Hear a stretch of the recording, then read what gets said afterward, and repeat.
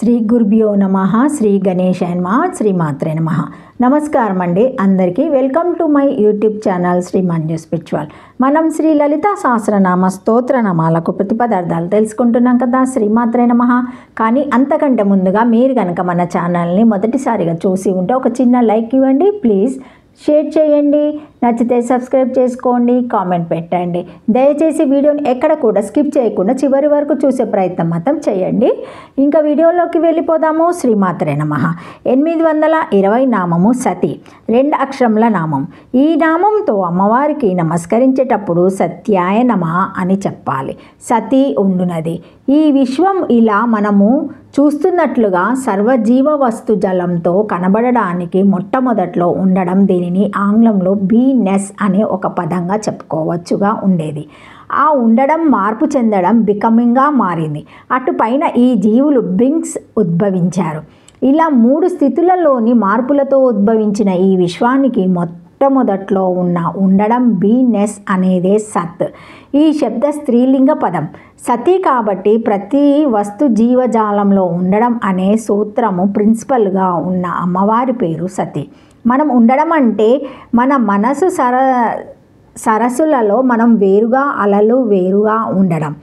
అలలు ఉన్నంత వరకు మన సరస్సులలో ఆ సర్వాంతరామిని అయిన సతీదేవి ప్రతిబింబం కూడా తిన్నగా ఉండదు.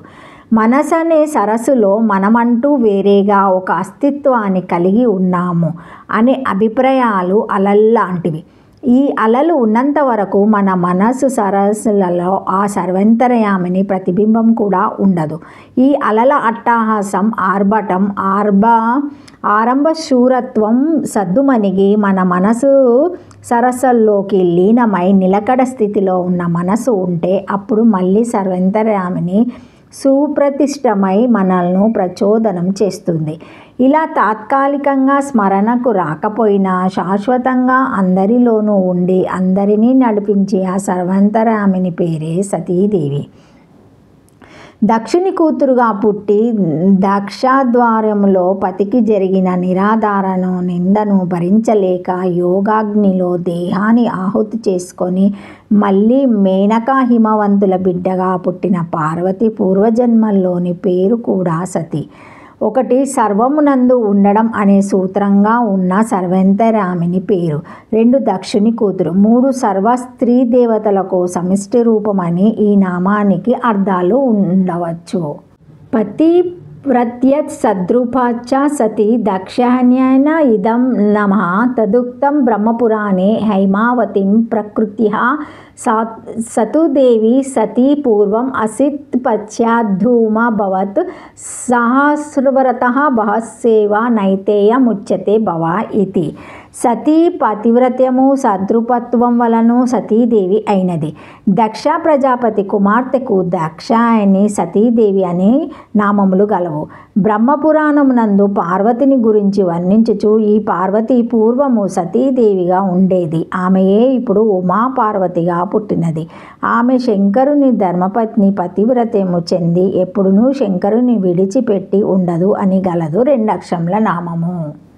821 నామము బ్రహ్మణి, 3 అక్షరముల నామం. ఈ నామముతో అమ్మవారికి నమస్కరించేటప్పుడు బ్రహ్మణియే నమః అని చెప్పాలి. బ్రహ్మణి బ్రహ్మకు అస్తిత్వమును కలుగచేయున్నది. యతోవా ఇమాని భూతాని జయంతే ఏనా జాతాని జీవంతి యత్పహయత్యభి సంశయ వితంతి తైత్రియం.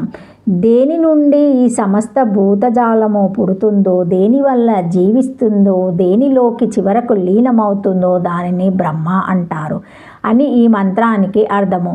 అటువంటి బ్రహ్మను మన అస్తిత్వంగా చేసేది కాబట్టి అమ్మవారు బ్రహ్మణి. పరబ్రహ్మము అన్న పదానికి ఉన్న అభిప్రాయం పట్ల వైకరణలో నాసంపకులు. అందుకని వారు బ్రహ్మ శబ్దాన్ని నాసుంపకలింగంగా చేశారు. గాయత్రి అనేది ఒక ఛందస్సు. మరి ఇది ఆడ మగ అంటే శబ్దం స్త్రీలింగం కాబట్టి ఆడది అన్నారు అంతే. అలాంటిదే ఈ బ్రహ్మ శబ్దం కూడా. అంతేకాని పరబ్రహ్మ సంపుకుడు కాదు. పరబ్రహ్మ నాసంపుకుడు అయితే మనము అంచనా వేయలేని ఇంతటి సృష్టిని ఎలా చేస్తాడు? అటువంటి పరబ్రహ్మ అస్తిత్వాన్ని కలగచేసేది కాబట్టి అమ్మవారు బ్రహ్మని.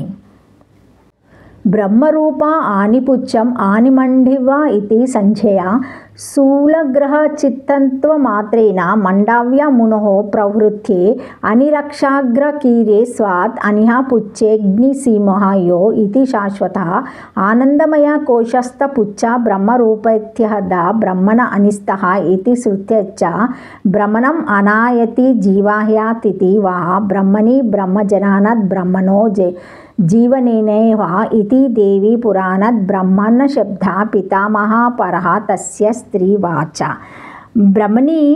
బ్రహ్మము ఆనందమయ కోశము పుచ్చముగా కలది. ఒకటి పితామహుని భార్య, 2 బ్రహ్మ పుచ్చ స్వరూపురాలు, 3 బ్రహ్మను పుట్టించినది, 4 బ్రహ్మను బ్రతికించినది. బ్రహ్మరూప అని బ్రహ్మరూపమైన తోక అని అర్థమనగా ఆనందమయ కోశం. శూలాగ్రహముచే గుచ్చబడిన మండవ్యుడు ఆనిమండవుడని భారతమున ఉన్నది. అట్టి పుచ్చమైన ఆనందమే బ్రహ్మ అని అర్థము. బ్రహ్మపుచ్చము అని వేదమున కలదు. ఇచ్చట అని అనగా శూలాగ్రము అను అర్థము స్పష్టము. అని శబ్దమునకు 1 రక్షాగ్రకీలము, 2 పుచ్చము, 3 అగ్ని, 4 సీమ అను అర్థములు శాశ్వత నిఘంటువులో కలవు. ఆనందమయ కోశము ఇచ్చట అని శబ్దముచే చెప్పబడినది. 1 అన్నమయ, 2 ప్రాణమయ, 3 మనోమయ, 4 విజ్ఞానమయ, 5 ఆనందమయ కోశములలో ఆనందమయ కోశము చివరిది. దీనిలో ఆనందము బ్రహ్మము కలదు. ఇట్టి బ్రహ్మమునకు ఆనందమయ కోశము పుచ్చము వంటిదని వేదము వర్ణించినది. బ్రహ్మణ అనిస్త అను వేదము బ్రహ్మను విషేదము చేయుచున్నది, లేక బ్రహ్మను జీవింపచేయున్నది. దేవి పురాణంన చతుర్ముఖ బ్రహ్మను పుట్టించుట చేతను బ్రహ్మను బ్రతికించుట చేతను దేవి బ్రహ్మణి అయినదని దేవి పురాణంన కలదు, లేక బ్రహ్మ యొక్క స్త్రీ కావున బ్రహ్మణి. ఇది 3 అక్షరముల నామం. శ్రీమాత్రే నమః. Thank you for watching my video. Please like, share, comment, subscribe to my channel. మరిన్ని వీడియోస్తో మళ్ళీ కలుస్తానండి.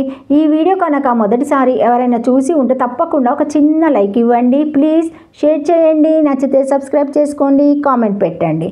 Thank you. శ్రీమాత్రే నమః. ఓం నమః శివాయ. జై శ్రీ మహాకాల్.